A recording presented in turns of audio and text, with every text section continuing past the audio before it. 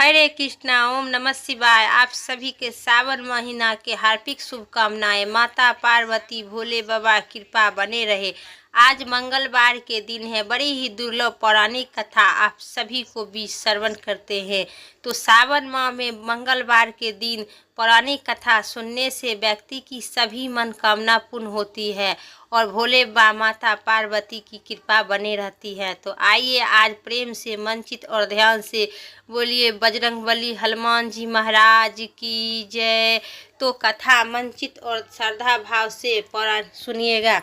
तो कथा के अनुसार एक बार की बात है, नैमिषारण्य तीर्थ में 88,000 मुनि एकत्रित होकर सूत जी से पूछने लगे, हे हर महामुनि, आपने हमें अनेक पुराणों की कथा सुनाई है। अब कृपा करके हमें ऐसा व्रत और उनकी कथा बताइए जिसके करने से मनुष्य की संतान की प्राप्ति हो तथा मनुष्य की रोग शोक अग्नि श्राप दुख इत्यादि का भय दूर हो जाए। कलयुग में सभी जीवों की आयु बहुत कम है। इस पर यदि उन्हें सोच चिंता का कष्ट करने लगे तो फिर श्री हरि की चरण में कौन अपना ध्यान कैसे लगाएगा। सूत जी ने कहे, हे मुनियों, अपने आप लोक कल्याण के लिए बहुत ही उत्तम बात पूछी है। एक बार युधिष्ठिर ने भगवान श्री कृष्ण से लोक कल्याण के लिए यही प्रश्न किए थे। भगवान श्री कृष्ण और युधिष्ठिर के संवाद में आपके सामने कहता हूँ, ध्यान से सुनिए, ध्यान पूर्वक श्रद्धा मन से सुनिए। एक समय हस्तिनापुर की राजसभा में योगराज श्री कृष्ण बैठे हुए थे। तब युधिष्ठिर ने भगवान श्री कृष्ण से यही प्रश्न किए थे, हे प्रभु नंदन गोविंद, आपने मुझे अनेक कथा सुनाई है। आज कृपा करके कोई ऐसा व्रत कथा सुनाइए जिसके करने से मनुष्य की रोग चिंता तथा भय मुक्त हो जाए तथा पुत्र की प्राप्ति हो। हे प्रभु, पुत्र के बिना मनुष्य की जीवन व्यर्थ है, वह नरगमी होती है। पुत्र के बिना मनुष्य तृप्त से छुटकारा नहीं हो सकता है और न ही पुण्य की आत्मा उद्धार पा कर सकता है। अतः पुत्रदायक व्रत बताइए। तो भगवान श्री कृष्ण कहने लगे, हे राजन, मैं एक प्राचीन इतिहास सुनाता हूँ, आप उसे ध्यान पूर्वक सुनिए। कुंडलपुर नामक एक नगर में नंद नामक एक महा विद्वान ब्राह्मण रहता था। उनके गुजारा जैसे तैसे चल रहा था, परंतु बहुत ही दुखी रहता क्योंकि उनके कोई संतान नहीं थी। उनकी पत्नी सुदंता ने पतिव्रता थी। वह भक्ति भाव से हनुमान जी की आराधना करती थी। मंगलवार के दिन वह करने अतः भोजन बनाकर हनुमान जी की भोग लगाकर उसके बाद स्वयं की भोजन करती थी। एक मंगलवार को गृह काज की अधिकता के कारण वह हनुमान जी की भोग न लगा सकी। इस पर उसे बहुत ही दुख हुआ। उसने स्वयं भी भोजन नहीं किया और प्रण किया कि अब मैं अगले मंगलवार को हनुमान जी को भोग लगाकर ही मैं अन्न जल ग्रहण करूंगी। ब्राह्मणी सुदंता प्रतिदिन भोजन बनाती थी, श्रद्धापूर्वक अपनी पति को खिलाती थी, परंतु स्वयं भोजन ग्रहण नहीं करती थी और मन ही मन है श्री हनुमान जी की आराधना करती थी। इसी प्रकार 6 दिन तक ब्राह्मणी सुदंता अपने प्रण के अनुसार भूखी प्यासी निहार रही, परंतु 7वें दिन मंगलवार को प्रातः ही बेहोश होकर गिर पड़ी। सुदंता के इस असीम भक्ति से हनुमान जी बहुत ही प्रसन्न हुए और उनके सन्मुख प्रकट हो गए। बोले, सुदंता, मैं तेरी भक्ति से ही बहुत ही प्रसन्न हूँ, तू उठ और वर मांग। सुदंता अपने आराध्य देव से श्री हनुमान जी को अपने समक्ष पाकर आनंद से विरोह हो गए और उनके चरण गिर पड़ी। हे प्रभु, मेरे कोई संतान नहीं है, कृपा करे मुझे कोई संतान के प्रदान करी। हनुमान जी ने कहे, तेरी इच्छा पूर्ण होगी, यह तेरा कन्या उत्पन्न होगी। उनके अष्टगंध प्रतिदिन सोना चांदी देंगे। इसी प्रकार देखकर हनुमान जी अंतर्ध्यान हो गए और ब्राह्मणी सुदंता बहुत ही हर्षित हुई। उनके यह समाचार अपने पति को जाकर कहा। ब्राह्मण देव कन्या का वर दान सुनकर कुछ दुखी हुई, परंतु उन्हें सोना मिलने की बात सुनी तो बहुत ही प्रसन्नता हुई। विचार किया कि ऐसा कन्या के साथ मेरी निर्धनता तो गरीबी भी समाप्त हो जाएगी। श्री हनुमान जी की कृपा से ब्राह्मणी गर्भवती हुई। 10वें महीने में उसे एक सुंदर सा कन्या का जन्म दिया। वह कन्या अपने पिता के घर में ठीक उसी तरह बढ़ने लगी जिस तरह शुक्ल पक्ष के चंद्रमा बढ़ते हैं। उसी तरह 10वें दिन ब्राह्मणों को उन्हें उन बालक का नामकरण संस्कार करवाए।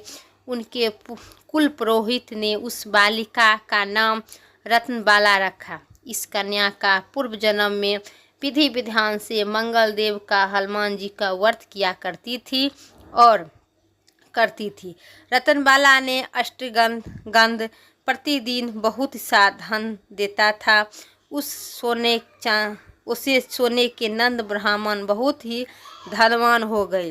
ब्राह्मणी सुदंता भी बहुत ही अभिमानी हो गए। समय बीतने के साथ ही रत्नबाला 10 वर्ष की हो चुकी थी।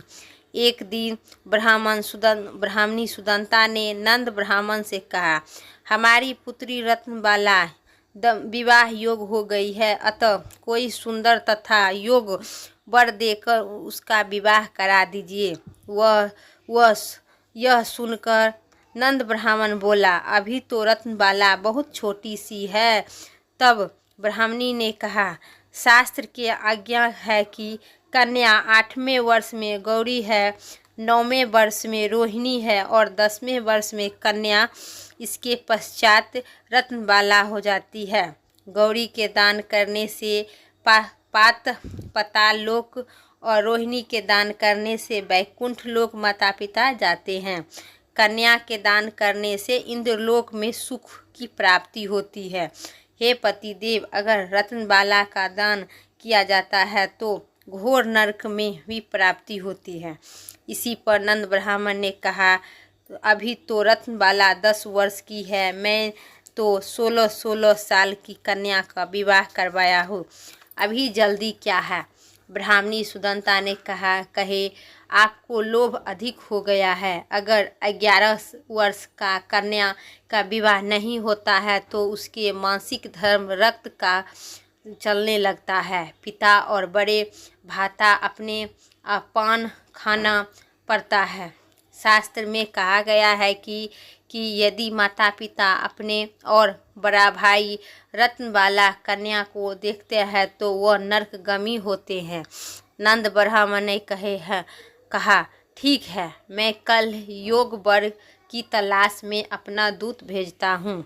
दूसरे दिन ब्राह्मण ने दूत बुलाकर और कहा, मेरी कन्या जैसी सुंदर है वैसा ही सुंदर वर के लिए तलाश करो। दूत स्वामी की आज्ञा पाकर खोजने के लिए चला गया। अनेक नगर घूमने के बाद उसने पमाई गांव नगर में एक सुंदर ब्राह्मण युवक देखा।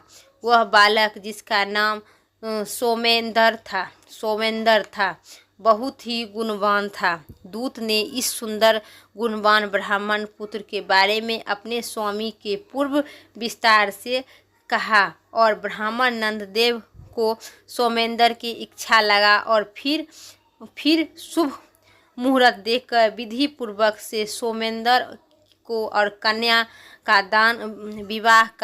विवाह का शुभ मुहूर्त बना और दान करके ब्राह्मण ब्राह्मणी संतुष्ट हो गए।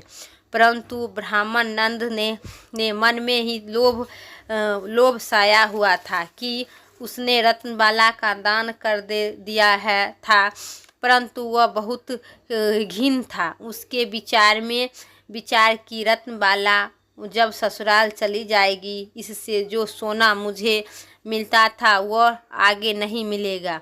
मेरे पास जो धन तथा कुछ ही विवाह के खर्च हो गया है और जो शेष बचा है वह भी कुछ दिन के पश्चात समाप्त हो जाएगा। मैं इसका विवाह करके बड़ी ही भूल करगी। उसके विचार किया कि अब कोई ऐसा उपाय करूं कि रत्नबाला मेरे घर में ही बनी रही। लोभ रूपी राक्षस ब्रह्मानंद के मस्तक पर लोभ रूपी छाया हो जा रहा था और रात भर सैया पर बेचैनी करवट बदलते बदलते उसने एक चाकू का निर्माण किया।